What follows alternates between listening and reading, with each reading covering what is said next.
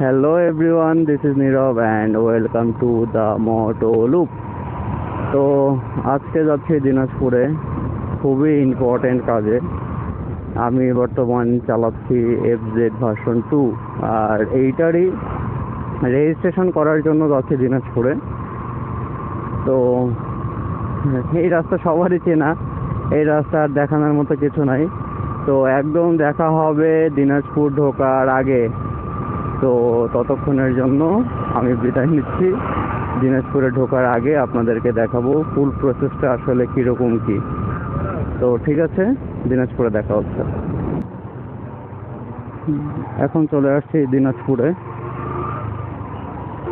আর আস্তে আস্তে একটা মজার ঘটনা হয়ে গেছে, সেটা হচ্ছে যে রাস্তা দিয়ে আমি আসতেছিলাম, একটা বাস আমাকে একটু চাপ দিছে। তো আমার হ্যান্ডেলটা অল্প একটু একজন লোকের হাতে গিয়ে লাগছে, আর ওখানে তো তুরকালাম শুরু করে দিছে। ওখানে গেল আধা ঘন্টা, তারপরে আসলাম দিনাজপুর। এখন আমরা যাচ্ছি সিটি ট্রেডার্সে, যেখান থেকে বাইকটা নেওয়া হয়েছে। শোরুমের মাধ্যমে আমরা কাগজটা করে নেব। আর এই যে দিনাজপুর শহরের জ্যাম,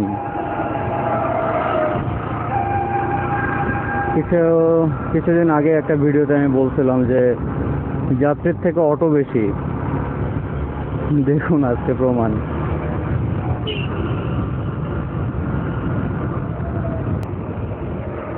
এখানে সব হাসপাতালগুলো এখানে আছে।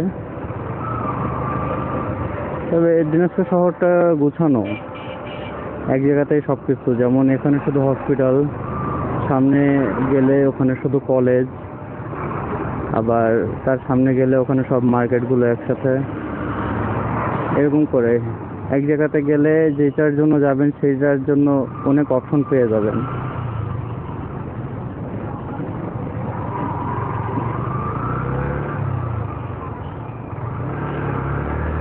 আর এই অটোর জন্য বাইক চালানো যে কি কষ্ট দিনাজপুরে, এত পরিমাণে অটো। আর তারা তো বোঝে না, হুদায় একদিক দিয়ে ঢুকাই দেয়। এই যে এই যে এই যে দরকার আছে এদিক দিয়ে যাওয়ার।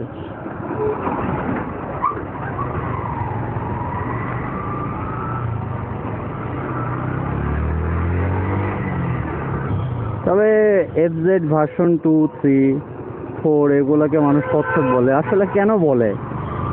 হ্যাঁ, একটু টান কম ওঠে, কিন্তু তাই বলে কচ্ছপ বলা যায় না। আর গাড়িগুলো চালায় মজা, অনেক শান্তি। কিন্তু আমি তো ভালোই ওভারটেক করে করে আসলাম। আমার তো কখনোই মনে হয়নি যে পাওয়ার একবারেই খারাপ। মানুষ যে কেন বলে। আর হাই পারফরমেন্স বাইক, ওগুলোর ক্ষতি হয় বেশি, ওগুলো অ্যাক্সিডেন্ট হয় বেশি। আমার মনে হয় যে এভাবে ধীরে স্থিরভাবে রাস্তায় চলাচল করাই ভালো।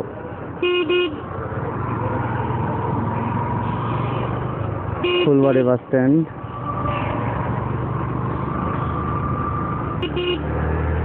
তো এখন যাচ্ছি পলিটেকনিকের সামনে দিয়ে সিটি ট্রেডার্স শোরুমে।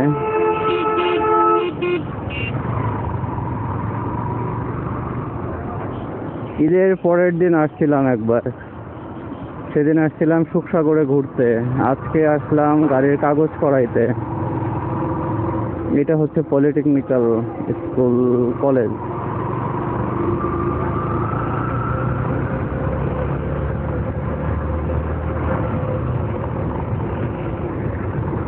আজকে বাইকের কাগজ করার সম্পূর্ণ প্রসেসটা আমি দেখব, সম্ভব হলে আপনাদের সাথে শেয়ার করব। কারণ এর আগে আমি কখনো বাইকের রেজিস্ট্রেশনের সময় ছিলাম না।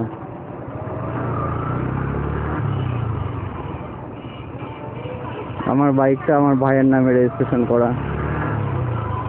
কারণ যখন রেজিস্ট্রেশন করা হয়েছে তখন আমার ড্রাইভিং লাইসেন্স ছিল না, পরে আমি ড্রাইভিং লাইসেন্স করে নিছি।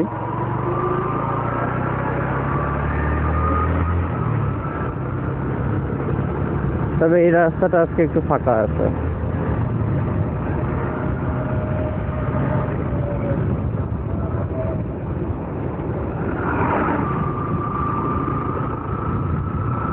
ভেকু,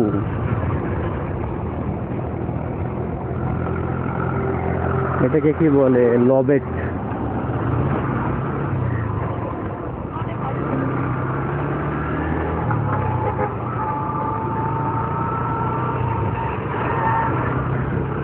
এই রাস্তা ধরে সোজা গেলে হাজী দানেশ পড়ে।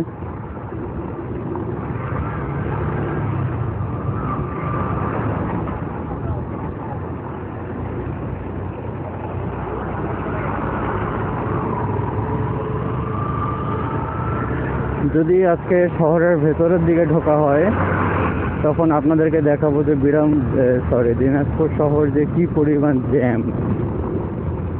আর বিরামপুর থেকে দিনাজপুরে আসতে আমাদের লাগছে 50 মিনিটের মতো, কারণ আমরা ভালোই ট্রেনে আসছি, কিন্তু ওই যে মাঝখানে ওখানে তো অনেকক্ষণ সময় গেছে।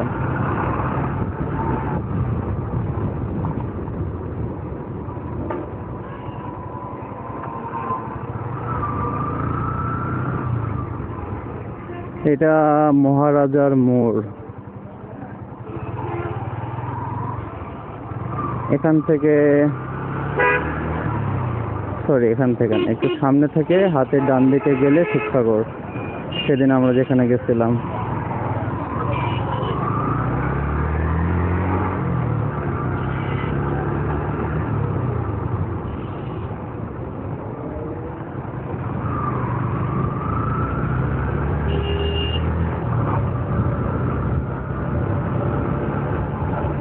এই রাস্তা ধরে চলে গেল সুখসাগর, রাজবাড়ি।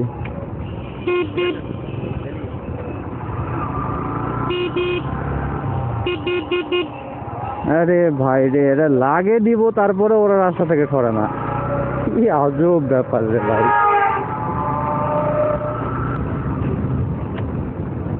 এরা আসলে কি চায়?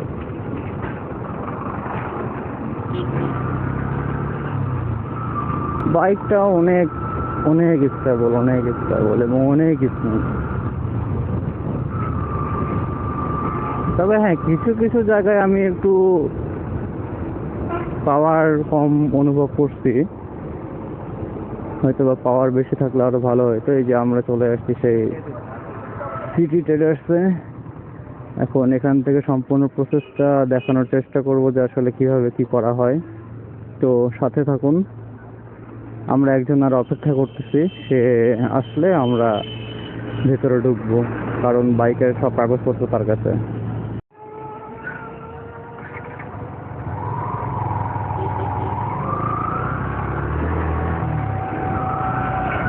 আচ্ছা, তো আমরা ওখান থেকে বের হয়ে গেলাম শোরুম থেকে। তো ওখানে কিছু বাধ্যবাধকতার কারণে ভিডিও করতে পারি নাই, তবে হাফ কাজ হয়ে গেছে অলরেডি। মানি রিসিট দিয়ে দিছে, এখন বললো যে 3টার সময় বিআরটিএতে যাইতে হবে এবং ওখানে গিয়ে বাইক ইন্সপেকশন করবে। তো দেখি 3টা বাজলে ওখানে যাব। এখন আমরা যাচ্ছি খাইতে দিনাজপুরে রোস্তম হোটেলে। দিনাজপুরে নাকি রোস্তম হোটেলটা অনেক ভালো খাওয়ার জন্য। যাই দেখি কি অবস্থা। গেছি এর আগেও খাইছি, কিন্তু এখন দেখি কি অবস্থা। এখন নাকি টেস্ট আরো ইনক্রিজ হয়েছে ওখানকার।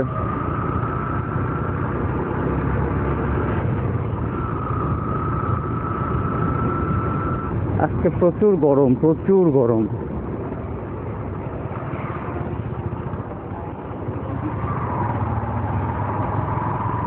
মাথাটা নষ্ট হয়ে যাচ্ছে গরমে।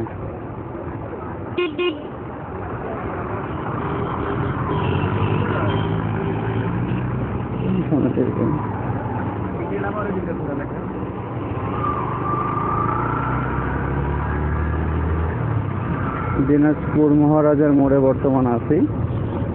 এখান থেকে দেখি কোনো গলি ধরে যদি যাওয়া যায় শর্টকাটে। সেদিন তো গেছিলাম।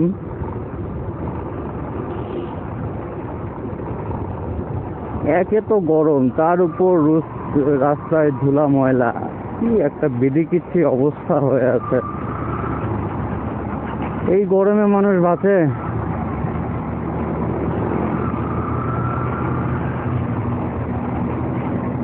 আমি যতদূর জানি যে হাতের ডান দিকে একটা গলি থাকার কথা।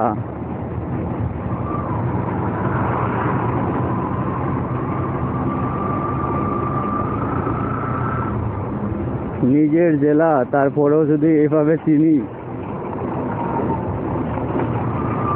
আসলে আমাদের দিনাজপুরে মুভ করাটা একটু কম হয়। আমাদের দিনাজপুরে খুব একটা আসা হয় না, এই জন্য আমরা, বিশেষ করে আমার আশায় পড়ে না দিনাজপুরে, খুব কম।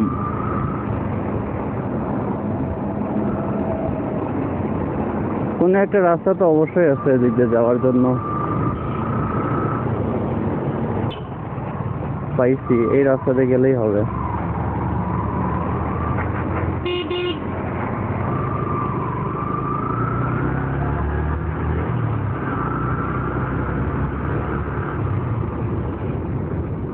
এদিকে প্রচুর স্টুডেন্ট, আসলে বহিরাগত স্টুডেন্ট আমাদের দিনাজপুরে অনেক বেশি। কলেজ, স্কুল, কলেজ, ভার্সিটি সবই আছে আমাদের দিনাজপুরে। এই জন্য বিকেল হইলে আরো বোঝা যেত যে কি পরিমাণ জ্যাম থাকে এই দিনাজপুরে।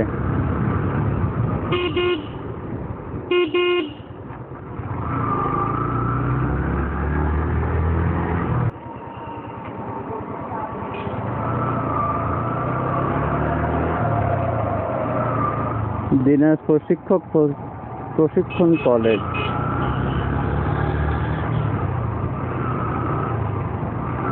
এখান থেকে যাব আমরা মহিলা কলেজের সামনে দিয়ে জেলা স্কুলে বের হব।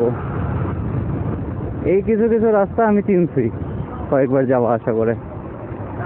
সামনের এটা মহিলা কলেজ, এর আগের দিন আসছিলাম রাতে, আজকে আসলাম দিনে। এক সপ্তাহের মধ্যে 2 বার।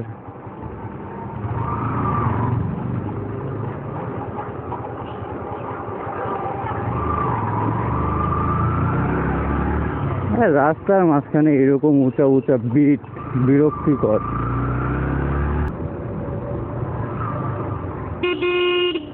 এইভাবেই তো অ্যাক্সিডেন্ট গুলো হয়।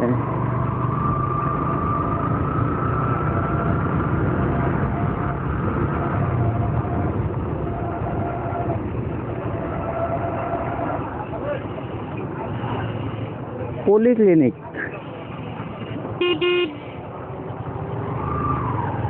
এই যে আমাদের দিনাজপুর জেলা স্কুল, দিনাজপুর সদর পৌরসভা, এন্ড আমরা যাচ্ছি দিনাজপুরের প্রাণকেন্দ্র বড় মাঠ।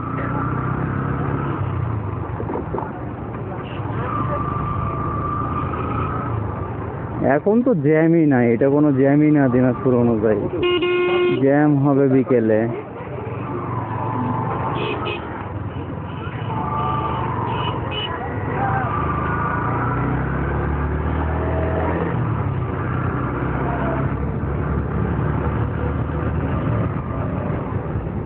পুলিশ লাইন,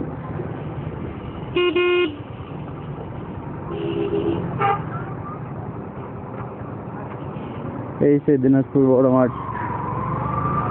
এখনো প্র্যাকটিস হচ্ছে খেলাধুলার।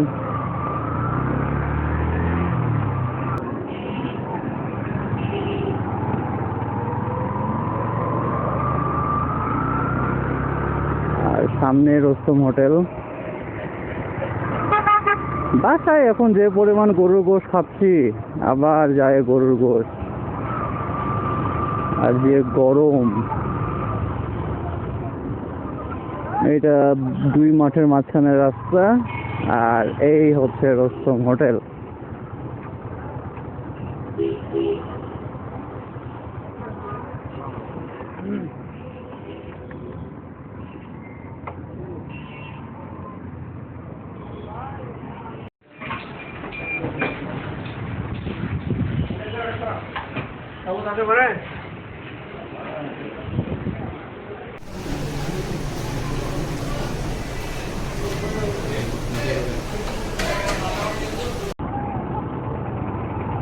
আচ্ছা, তো দিনাজপুরে সব কাজ শেষ করে এখন দিনাজপুর থেকে বের হয়ে গেলাম। এখন আমি আছি মেডিকেল মোড়, বিরামপুরের উদ্দেশ্যে রওনা দিচ্ছি। তো বিভিন্ন বাধ্যবাধকতা থাকার কারণে, আর সত্যি বলতে আমাদের কাজগুলো এমন এমন সময় হয়েছে যেই সময় ভিডিও করার মধ্যে কোনো সিচুয়েশন ছিল না, যার কারণে আমি ভিডিওটা করতে পারি নাই বা আপনাদেরকে দেখাইতে পারতেছি না। কিন্তু আমি যেটা করতে পারি সেটা হচ্ছে যে আপনাদেরকে বলতে পারি, যাতে আপনারা ধারণা নেন ধারণা নিতে পারেন যে কিভাবে আসলে এই কাজগুলো হয়। তো আমাদের প্রসেসটা হচ্ছে, আমরা প্রথমে শোরুমে গেছি, ওখানে গিয়ে তারা সমস্ত টাকা পয়সা জমা নিয়ে আমাদের লাগছে টোটাল 13,500 টাকা। এটা তারা জমা নিয়ে আমাদেরকে ফাইলটা রেডি করে দিয়েছে। আর তারপরে আমরা ফাইল নিয়ে গেছি বিআরটিএতে। ওখানে গিয়ে দাঁড়িয়ে থাকার পরে ইন্সপেকশনের থেকে আমাদেরকে বাইক দেখার জন্য আমাদের বাইকের কাছে আসে আমাদের ফাইলটা দেখে যে ফাইলে আমাদের সিগনেচার করা ছিল না। তো তারপরে আবার আমরা দিনাজপুর বিআরটিএর 104 নাম্বার রুমে যাই এবং আমাদের ফাইলটাতে তার সিগনেচার নিয়ে আসি। এবং সিগনেচার নিয়ে আসার পরে যখন ইন্সপেকশনে যেই ভাইটা ছিল তাকে দেওয়ার পরে সে গাড়ির চেসিস নাম্বার এবং ইঞ্জিন নাম্বার মিলিয়ে দেখার পরে ওখানে একটা সিগনেচার করে দেয়। আর তারপরে আমরা আবার সেই সিগনেচার করা ফাইলটা নিয়ে যাই হচ্ছে যেখানে ফার্স্ট সিগনেচার করছি 104 নাম্বার রুমে, সেখানে নিয়ে গিয়ে তাকে জমা দেয় এবং আমাদেরকে একটা স্লিপ দেয়, যেই স্লিপে আজকের ডেট এবং তার সিগনেচার আর বিআরটিএর একটা সিল মেরে দেয়। আর অ্যাকনলেজমেন্ট স্লিপের যে কপিগুলো সেগুলো আমাদের কাছে আছে, কিছুদিন এটা দিয়েই চালানো হবে। তারপরে এখন 72 ঘন্টার মধ্যে একটা মেসেজ আসবে বিএসপি পোর্টালে, বিএসপি অ্যাকাউন্টে, যে গাড়ির নাম্বার আসলে রেজিস্ট্রেশন হয়েছে। তখন রেজিস্ট্রেশন হওয়ার পরে আবার বিআরটিএতে যেতে হবে। বিআরটিএতে গেলে সেই 104 নাম্বার রুম থেকে ট্যাক্স টোকেনের যে কাগজটা আছে এই কাগজটা আমাদেরকে দিবে। তো আমাদের কাছে তখন অ্যাকনলেজমেন্ট স্লিপ থাকবে আর ট্যাক্স টোকেন থাকবে। তো এটা দিয়ে আপাতত চালানো যাবে তারা বলছে। আর যখন আবার মেসেজ আসবে ফিঙ্গারপ্রিন্ট দেওয়ার, তখন আবার গিয়ে ফিঙ্গারপ্রিন্ট দিতে হবে, তারপরে নাম্বার প্লেট আসবে, ডিজিটাল নাম্বার প্লেট। আর এটা প্রসেসটা অনেক লেন্দি নাম্বার প্লেট আসার। আমাদেরকে ধারণা দিল মোটামুটি 6 মাসের মতো লাগতে পারে নাম্বার প্লেট পাইতে। তো এই হচ্ছে সমস্ত বিষয়। আর এর মধ্যে প্রচুর গরমের কথা বলছিলাম আপনাদেরকে কিছুক্ষণ আগে। বিকেলে যে পরিমাণ বৃষ্টি আর বর্তমান যে আবহাওয়া এতটা শান্তি, এটা কল্পনার বাহিরে, আসলে বলে বোঝানো যাবে না। আর থার্ড কথা হচ্ছে যে আমরা যে রোস্তম হোটেলে গেছিলাম সেখানকার রিভিউ তো আপনাদেরকে দেওয়া হইলো না। তো রোস্তম হোটেলে আমি বলবো যে আপনারা আপাতত যান না, কারণ হচ্ছে আমাদের একদমই ভালো লাগে নাই। এখন আপনাদের বিষয় আপনারা যাবেন কিনা, বা আমার মতের সাথে আপনাদের মত এক নাও হইতে পারে, কিন্তু আমার যেটা হয়েছে, আর শুধু আমি হয়তো যে বর্তমানে আমার টেস্ট বার চেঞ্জ হয়ে গেছে, বা আমার এখন গোশ খাইতে আর ভালো লাগতেছে না, কিন্তু আমার সাথে যারা ছিল তাদেরও সেম কমপ্লেন যে গোশটা একটু গন্ধ লাগতেছে। আর হচ্ছে যে প্রাইসটা অনেক হাই। যেমন আমি বলি, আমাদের এখানে 150 টাকা করে গরুর প্লেট হয়, এক প্লেট গরুর দাম 150 টাকা, কিন্তু সেখানে তারা নিচ্ছে 200 টাকা। আছে সেটাও ব্যাপার না, কিন্তু যদি টেস্ট হয়তো খুব কোয়ালিটিফুল, আর গরুর মাংসগুলো যদি হয়তো মানে কি বলবো, আর কোয়ান্টিটি ছিল না ভালো। আর আমার বাটিতে যেটা ছিল সেটা হচ্ছে যে 2টা কলিজা আর স্রেফ 3টা চর্বি, একদম 3টা চর্বি। আমি কখনো মাংসের সলিড পিসই পাই নাই। আচ্ছা যাই হোক, এটা হয়তো বা তারা ভুল করে দিছে, কিন্তু আমার সাথে যারা ছিল তাদেরও একই ক্লেম যে মাংসটা একটু টক লাগতেছে, গন্ধ লাগতেছে। এই হচ্ছে বিষয়। আমি কারো রিভিউ করি না, ব্যাড রিভিউর জন্য আমাকে কেউ টাকা দেয় না, আবার গুড রিভিউর জন্য আমাকে কেউ টাকা দেয় না। আমার যেরকম ভালো লাগছে বা আমার যেরকম লাগছে আমি সেটাই বললাম, কারণ আমি এখনও সেই লেভেলের ইউটিউবার হইতে পারি নাই যে আমাকে আসলে রিভিউ করায় নেবে আমাকে দিয়ে। আমি আমার এক্সপিরিয়েন্সটা আপনাদের কাছে শেয়ার করলাম। তো এই হচ্ছে সারাদিনটা আমার এভাবেই কাটলো। তো ঠিক আছে, আমি এখন আপনাদের কাছ থেকে বিদায় নিচ্ছি। দেখা হবে নেক্সট ভিডিওতে। ততক্ষণ পর্যন্ত আমরা থাকবো ভালো, আমরা থাকবো সুস্থ, আর আমার জন্য সবাই দোয়া করবেন। আসসালামু আলাইকুম।